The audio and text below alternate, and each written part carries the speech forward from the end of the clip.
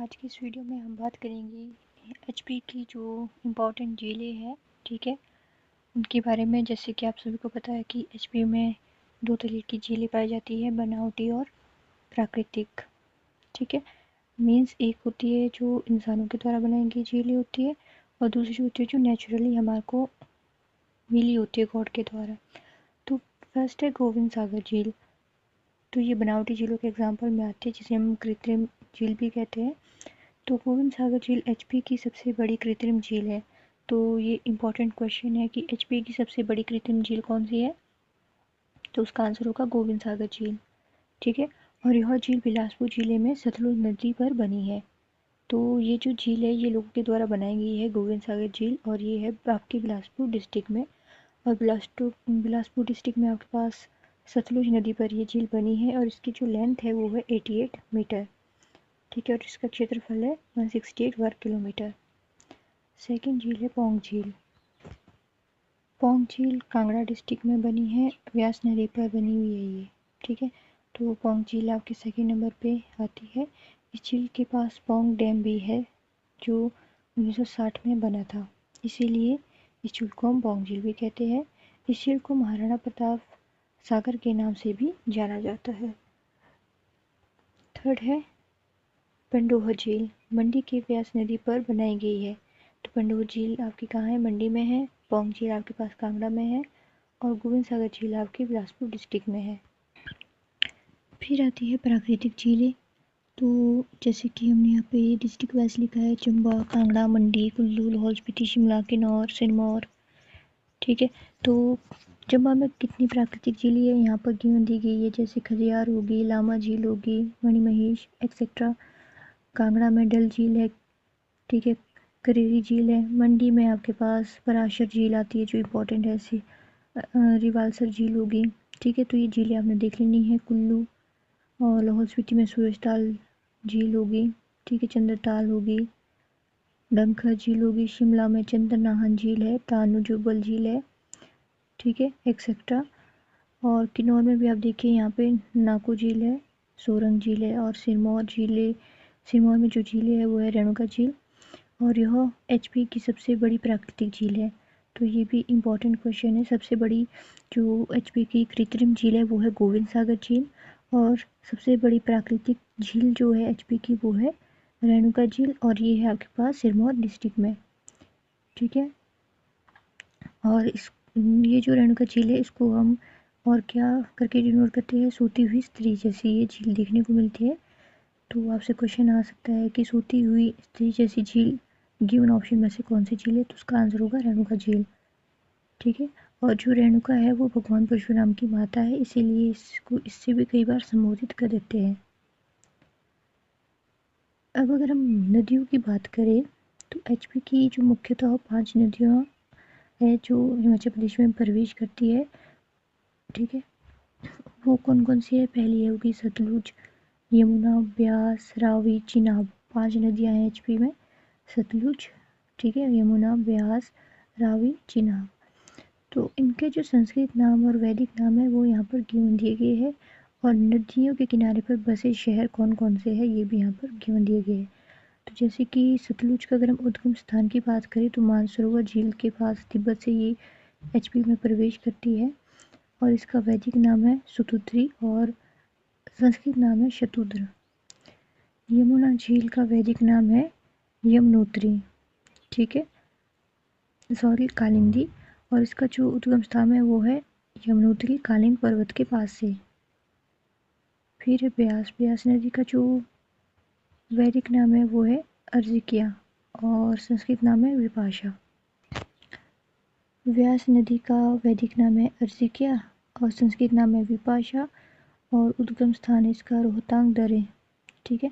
रावी का जो वैदिक नाम है वो है पुराशनी, और संस्कृत नाम है इरावती।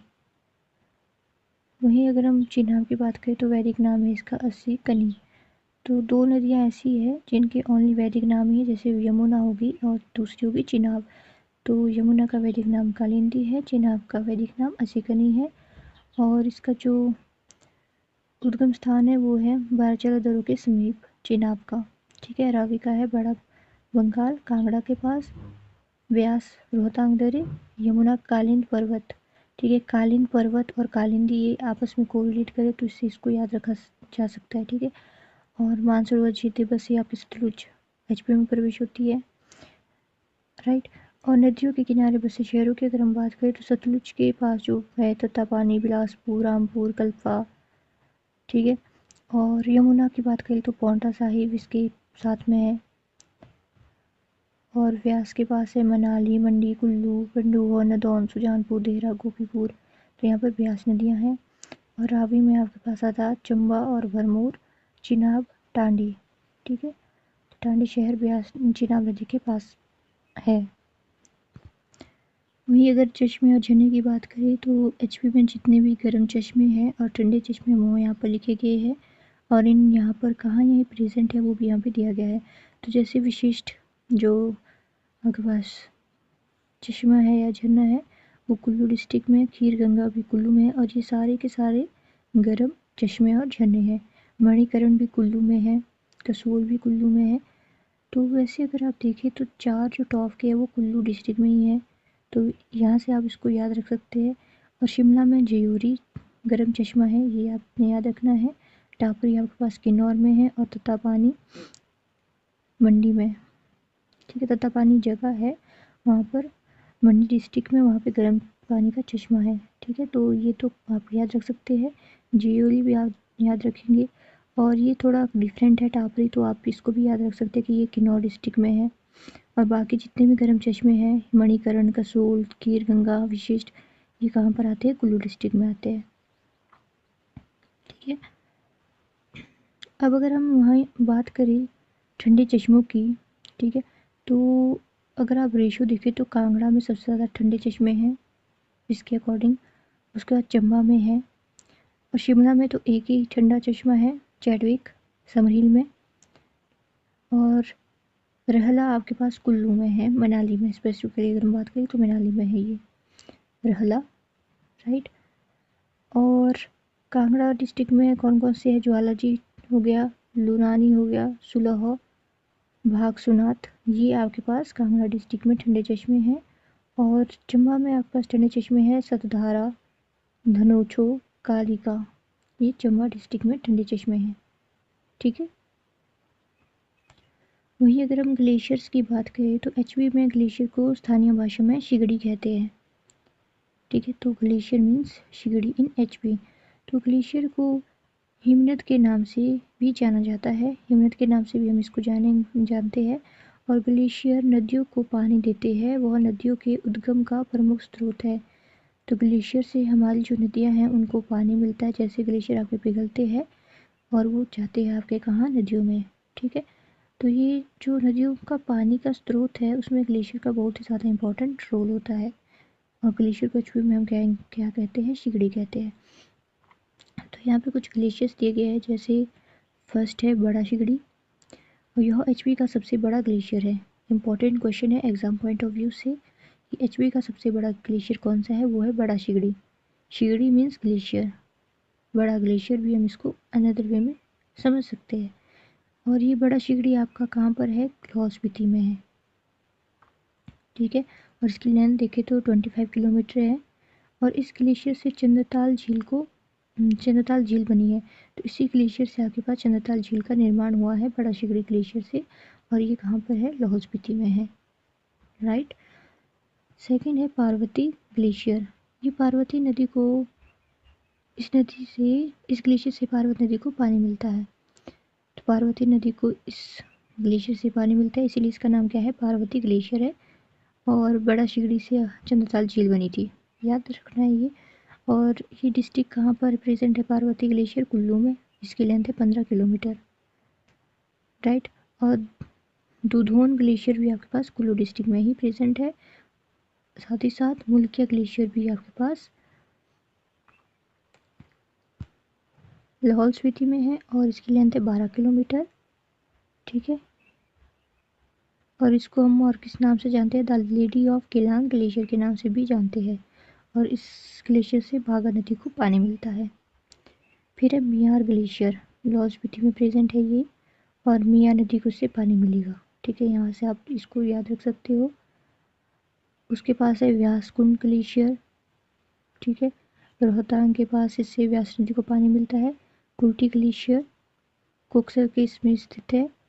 बादल ग्लेशियर बड़ा बंगाल के पास स्थित है, इससे बादल नदी को पानी मिलता है। और फिर है गेफांग ग्लेशियर, लाहौल स्पीति या मणिमहेश के नाम से यह ग्लेशियर प्रसिद्ध है। तो ये हो गया एचपी के कुछ इंपॉर्टेंट ग्लेशियर। और इसमें सबसे इम्पोर्टेंट क्वेश्चन है कि एचपी का सबसे बड़ा ग्लेशियर का नाम हमें बताइए। तो वो है बड़ा शिगड़ी, और ये किस डिस्ट्रिक्ट में प्रेजेंट है? लाहौल स्पीति में डिस्ट्रिक्ट में ये प्रेजेंट है। वहीं अगर हम मिट्टी की बात करें तो एचपी में जो मिट्टी को 5 खंडों में विभाजित किया गया है, तो 5 टाइप की मिट्टी आपके एचपी में देखने को मिलती है। पहली होगी निम्न पहाड़ी मिट्टी, फिर है मध्य पहाड़ी मिट्टी खंड, फिर है उच्च पहाड़ी मिट्टी खंड, और फिर है पर्वतीय मिट्टी खंड, शुष्क पहाड़ी मिट्टी खंड। और यहाँ पर डिस्ट्रिक्ट्स दिए गए हैं कि किस डिस्ट्रिक्ट में कैसी टाइप की मिट्टी पाई जाती है, ठीक है। तो उच्च पहाड़ी मिट्टी खंड अगर आप देखें तो शिमला, कसोल, कुल्लू, कांगड़ा, चंबा में पाई जाती है। पर्वतीय ये आ गया आपके पास सिरमौर और शिमला, और चंबा शिमला के भी कुछ हिस्से में इस टाइप की मिट्टी पाई जाती है। शुष्क पहाड़ी मिट्टी की बात की तो सबसे पहले तो लाहौल स्पीति आपने याद रखना है, क्योंकि वहाँ पे सबसे ज़्यादा सूखा पड़ता है। किन्नौर भी हो गया, पांगी, ये भी थोड़े शुष्क इलाके हैं, तो यहाँ पे शुष्क पहाड़ी मिट्टी पाई जाती है। मध्य पहाड़ी मिट्टी अगर हम बात करें तो मंडी के जोगिंद्रनगर हो गया, अर्की हो गया, पालमपुर, डलहौजी एक्सेट्रा, यहाँ पर मध्य पहाड़ी मिट्टी देखने को मिलती है। और निम्न पहाड़ी मिट्टी की बात करें तो इस खंड की मिट्टी चिकनी और पथरीली मिट्टी का मिश्रण है, और ये पाई जाती है आपके पास सिरमौर, नाहन, ऊना, बिलासपुर, हमीरपुर, कांगड़ा, मंडी एक्सेट्रा, ठीक है। तो कुछ कुछ हिस्से चंबा के भी इसमें शामिल है। वहीं अगर हम बात करें मौसम और जलवायु की एचपी में, तो एचपी में मौसम को 3 ऋतुओं में बांटा जा सकता है, ठीक है। तो पहली होगी तौंदी, जिसे हम ग्रीष्म ऋतु कहते हैं। ये अप्रैल से जून तक का मौसम है, ठीक है, जो कि आजकल लग चुका है, अप्रैल लग चुका है। अप्रैल से जून तक हमारे पास क्या ऋतु आ गई? ग्रीष्म ऋतु आ गई, ठीक है। उसके बाद आती है हमारे पास बरसात, वर्षा ऋतु।